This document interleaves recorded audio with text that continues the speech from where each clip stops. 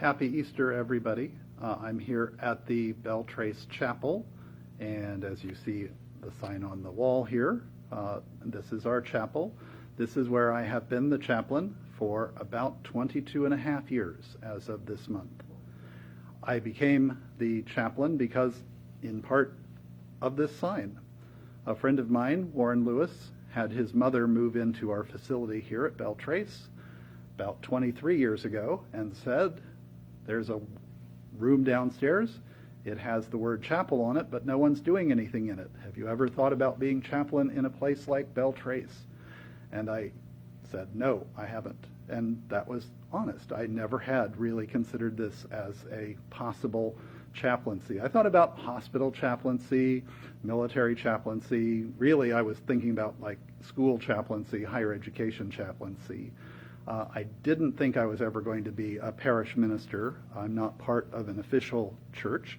I'm an off-brand Anglican, as many of you know. But I came here and I fell in love with the place, and I've been here ever since. The facility has been here for 23 years, so I'm the first chaplain in the chapel. And as you can sort of see behind me, this is the chapel. We've just concluded our Easter service. This has been the first service that we've had in the chapel for Easter in 3 years, because in 2020, the COVID shutdown happened right before Easter, and we didn't come into the chapel in 2021 either. So the last time we did an Easter service in here was in 2019. This is also the first regular Sunday service that we've had in the chapel. We've been doing them next door in the Commons, where everyone could remain much more spread out. But as the threat of COVID has lessened, we've moved back to some areas of normalcy, and this is one of them, being here in the chapel. As you can see as I move around, we have sort of lights that you might not attribute to a typical worship space. We have drop ceilings, we have chairs that are somewhat comfortable, but rather utilitarian. This is not a grand cathedral. This is not a quaint country parish. This is in some ways a multi-purpose room that has been turned into a chapel. And yet, this is where I have found my home, here at Beltrace in the chapel for the last 22 and a half years. We had about a dozen people in our service today. That's typical on Easter. I actually have fewer people come to the Easter service because this is the one day a year, if they don't usually make it to their home parish at other times, they'll make a special effort to go to. Or they're off with family and friends, so I understand that. What may be for other churches and other organizations a banner day, people come who don't normally come to church. This is the day that I often don't have as many, but that's fine, because I will be here every week, and I want people to take advantage of their other opportunities. As I mentioned, this isn't a grand cathedral. This isn't a sort of a place bedecked with art and stained glass windows and a grand pipe organ and all of that. It's of people who have come through and filled these chairs. There are 28 chairs, as you sort of see behind me, and sometimes we have 15 to 20 people here. But over the course of the years, we've had so many people, and I remember them as I'm looking out to the chairs. We have what can be described the great cloud of witnesses who are always part of our service here. So when people say how many people come to your chapel service, it's also almost incalculable. They're always here.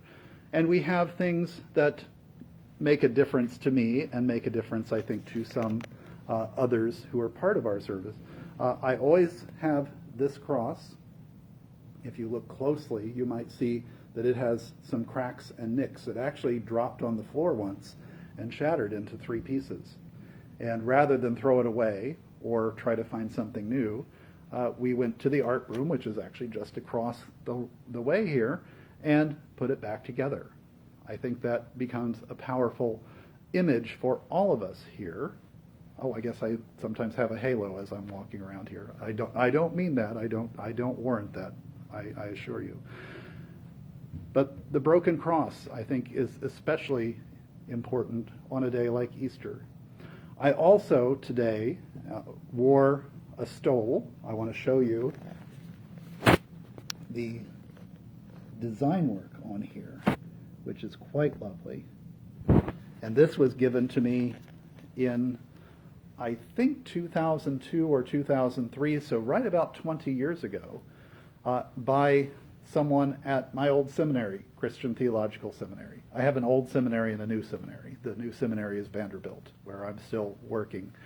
But her name, Peg Nowling, gave me this at the end of my field education.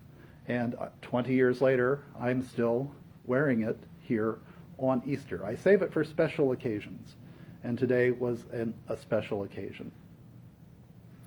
But as I think about all the people who have been part of my chapel, who have been part of my chaplaincy, who have been part of my life here, not everyone has been here as part of the chapel. I think that I have been very greatly blessed, because this is not what I would have chosen.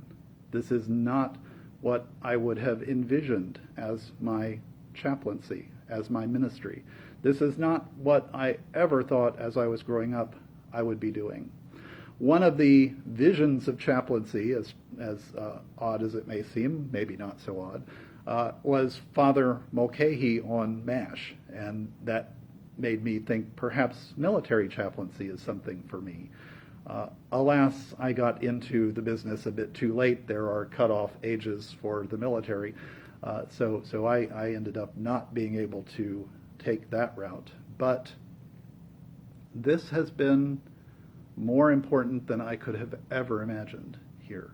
And I hope that I will be someone who can continue to give ministry, to give comfort, to give prayers, to give support, to give a listening ear, to give whatever is needed to the people here. The Apostle Paul once claimed he was trying to be all things to all people.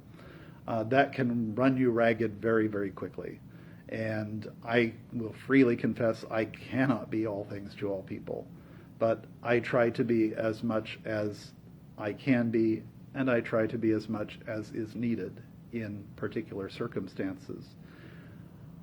I tell people I got my call literally on the telephone from my friend Warren. Have you ever thought about a place like this? No. But I can't imagine my life without it. Happy Easter.